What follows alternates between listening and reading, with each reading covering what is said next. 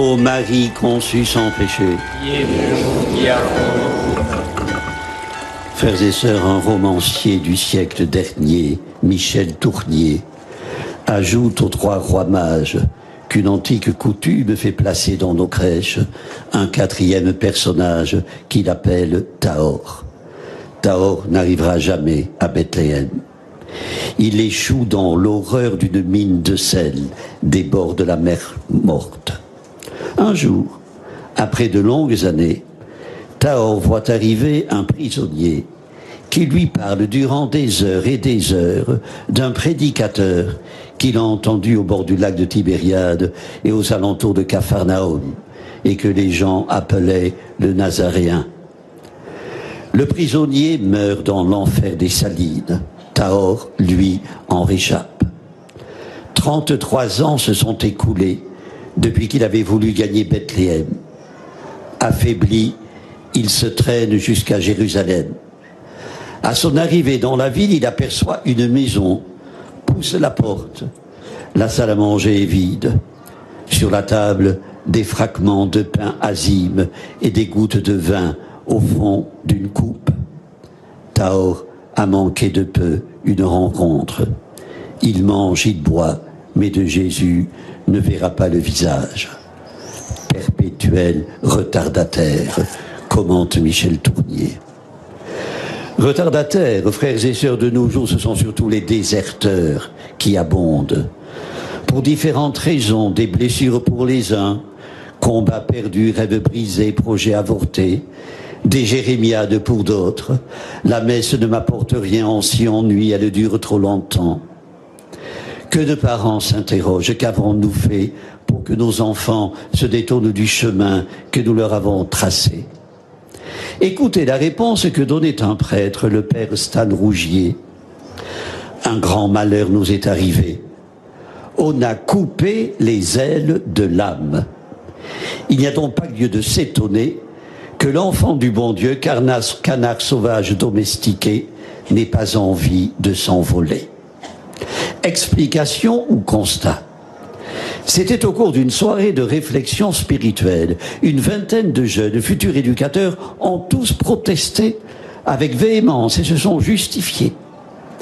Rentré chez lui, hanté par la question de savoir quel était ce Dieu auquel ces jeunes refusaient de croire, le père Stan Rougier concluait que c'est bête de mourir de soif si près d'un puits. Allusion à la plainte de Dieu, si bien résumée par le prophète Jérémie: ils m'ont abandonné, moi, leur source, pour se creuser des citernes lézardées qui ne retiennent pas l'eau. Frères et sœurs, serait-ce que nos jeunes trouvent l'eau de nos citernes trop saumâtre? Aurions-nous oublié qu'en Jésus-Christ, Dieu s'est révélé source de joie, sève de vie? Qu'en est-il de nos célébrations eucharistiques, mystère de la présence active, stimulante du ressuscité? Un père dominicain disait que ce dont il avait le plus souffert durant sa vie sacerdotale, c'était de messes dominicales d'une insoutenable tristesse. Frères et sœurs, l'Eucharistie est au sens propre action de grâce. La séquence de la fête de ce jour l'appelle le pain de l'homme en route.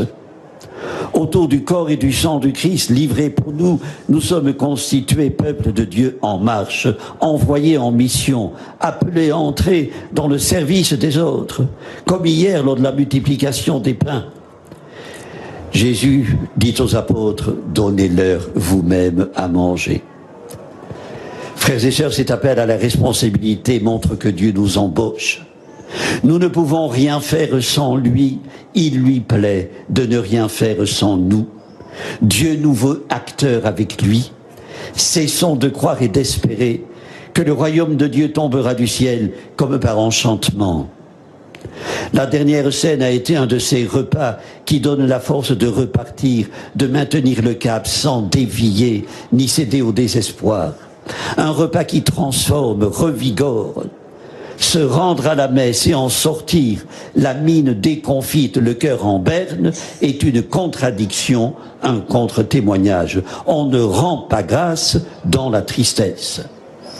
Frères et sœurs, veillons à la qualité de nos célébrations eucharistiques, remédions à la morosité de nos assemblées, retrouvons le son de la joie, le goût de la fête. Toute messe est pascale, le signe visible que quelque chose d'invisible se passe. Ne laissons pas la routine l'éroder, ni le bon sens s'y casser le nez. La messe n'est pas seulement commémoration, rite.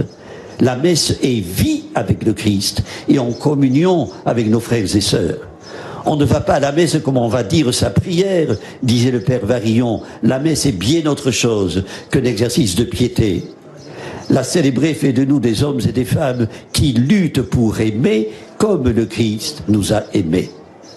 Frères et sœurs, revenons à la source d'eau vive avec la hâte de l'assoiffé. Ne laissons pas les gourous nous conduire vers des citernes fissurées. Ne restons pas les bras croisés quand ils les creusent.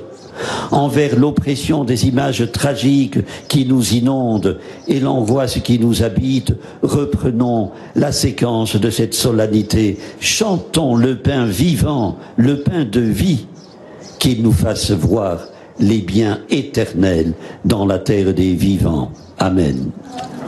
Prions le Seigneur. Seigneur Jésus, toi qui sais combien notre faim de vivre se nourrit de fausse nourriture, donne-nous faim du pain de vie. Fais que chaque Eucharistie, qui est le mémorial de ta mort et de ta résurrection, emplisse notre cœur de la jubilante joie d'une fête Dieu, par Jésus, le Christ, notre Seigneur. Le Seigneur soit avec vous. Et avec votre esprit. Que Dieu Tout-Puissant vous bénisse, le Père, le Fils et le Saint-Esprit. Notre-Dame de Lourdes, Sainte Bernadette, ô Marie conçue sans péché.